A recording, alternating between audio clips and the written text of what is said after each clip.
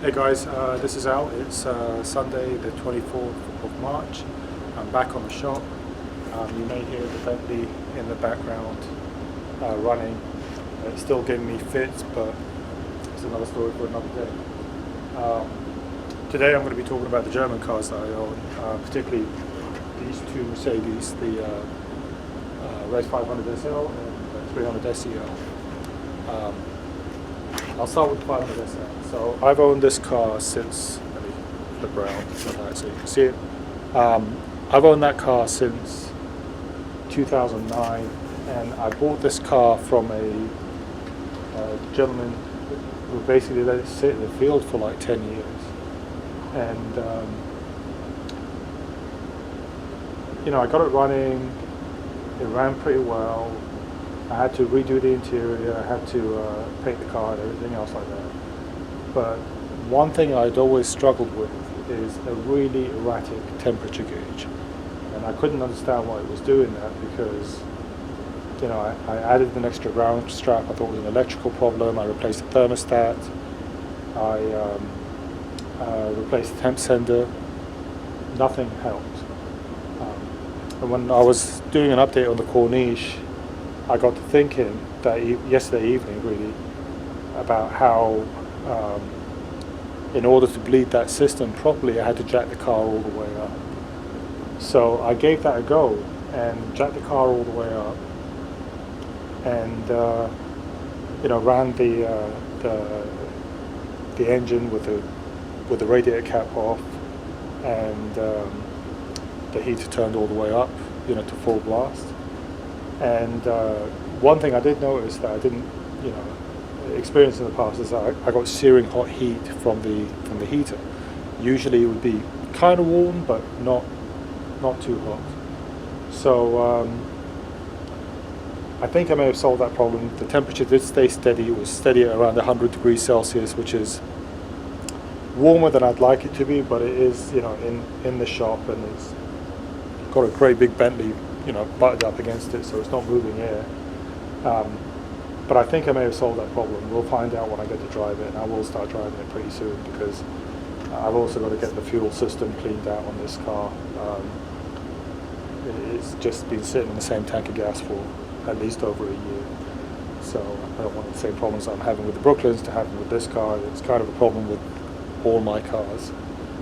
They spend more time sitting than they do being driven. The gas stays there for years on end, and I end up basically spending more time working on them than I do actually enjoying them and driving them. So at some point I've really got to thin the herd and get down to a few cars because I'm not being a good caretaker at this point. It's just too many. So that's something that I need to take care of. And I want to show you what's going on with the ignition system in this car. I did fix some electrical problems, and I'm trying to figure out what's going on with this ignition system as well. I did get the windows running and working on this car. It turned out to be, sometimes you look at the most basic things, but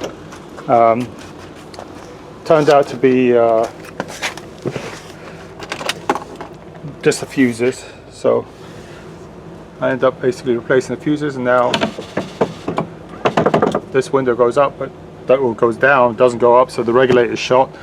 But I do have a brand new regulator for this car as well, and I have several used ones that are still in the doors, which I can probably pinch.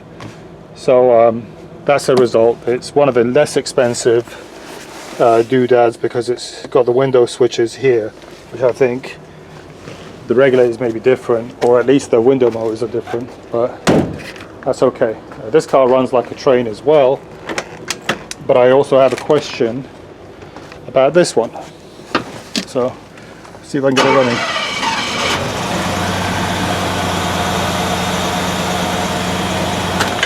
Starts right up. Now here's the question with this guy. Maybe you can help me with this. Actually, let me go and get the flashlight. I don't know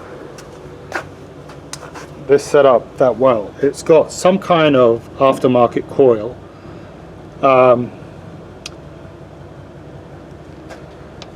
I don't see where the ignition box is. So there used to be an ignition box on these cars. There's a wire here that goes somewhere. So the red wire over here, I guess, is powering the positive on the coil, and the green wire is powering, I guess, is going to the negative, right?